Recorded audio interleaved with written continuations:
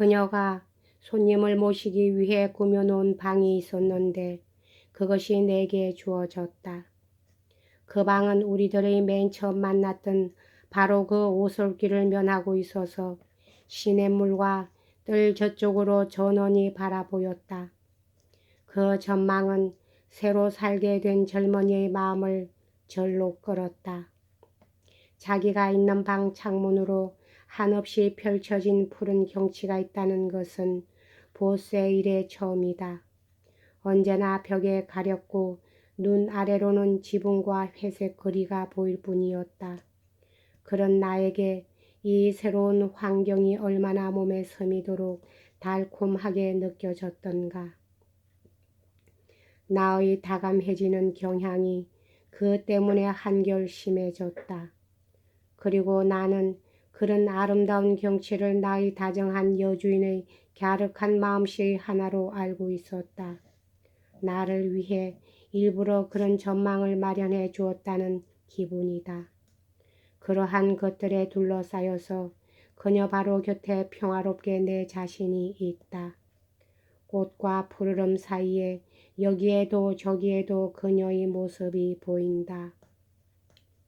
그녀의 매력과 봄의 그것이 내 눈에 녹아든다.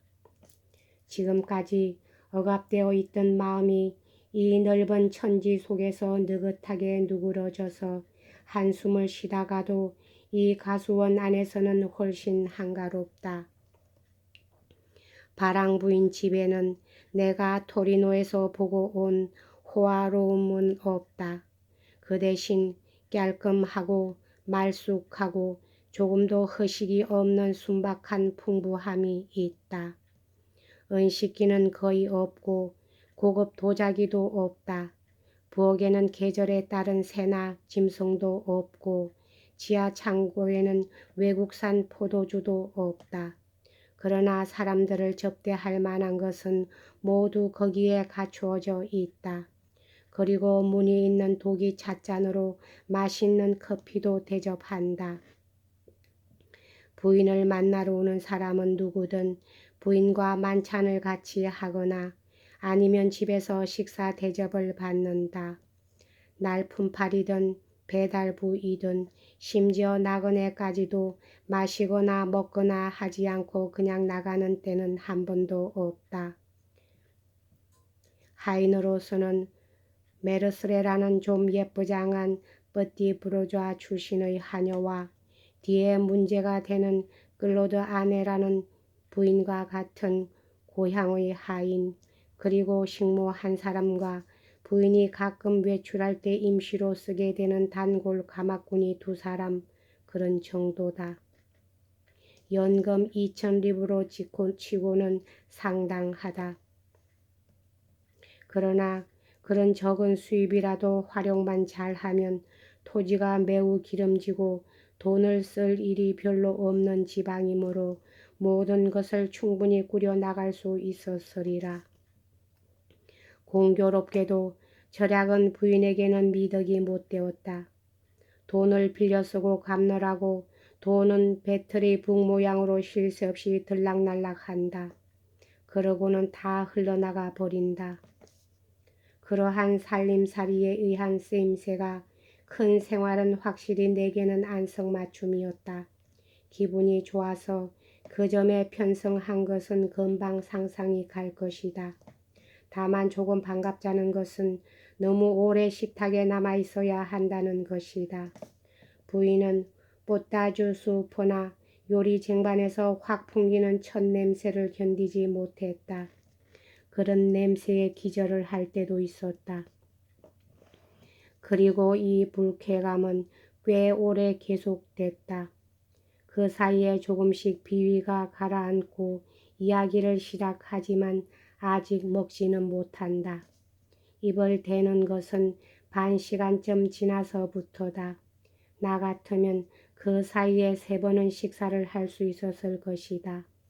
부인이 먹기 시작하기 훨씬 전에 나는 식사를 끝내고 있었다.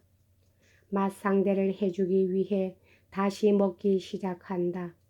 이리하여 두 사람 몫을 먹게 되는 셈이지만 별 탈은 없다.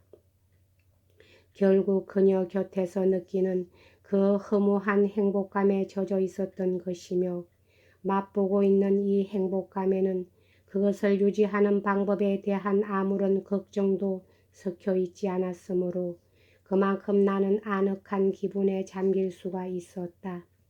또 부인의 살림살이에 깊이 간섭하지 않고 있는 나는 언제나 이 상태로 잘 나갈 것으로 생각하고 있었다.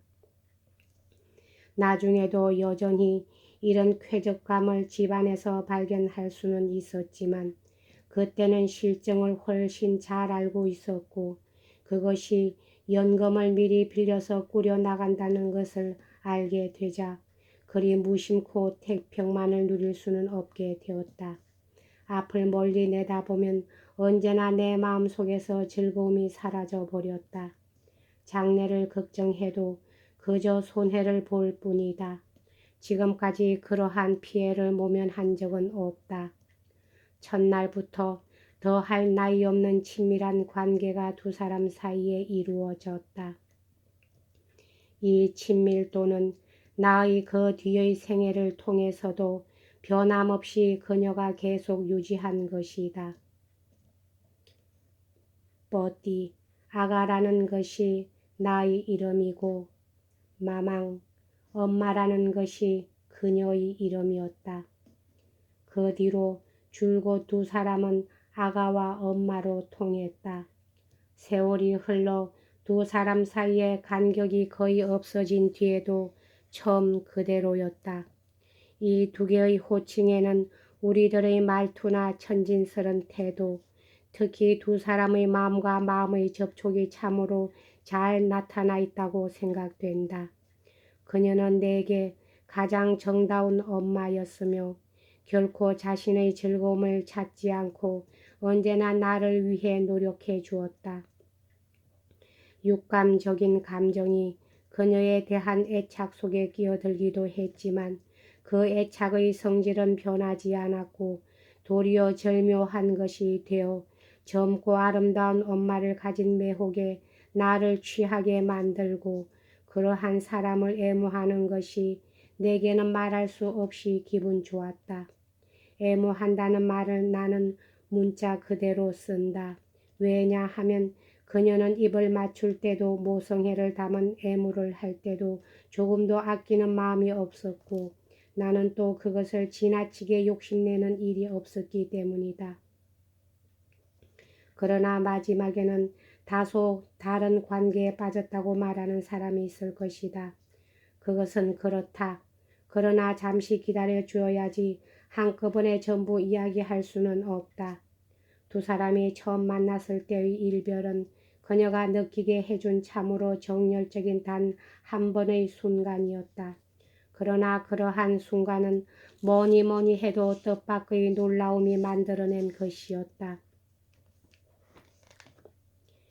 이제는 나도 체면을 덜 차리게 되어 있기는 했지만 부인의 어깨에서 늘어진 네크치프 아래까지 슬금슬금 시선을 던지는 일은 결코 없었다.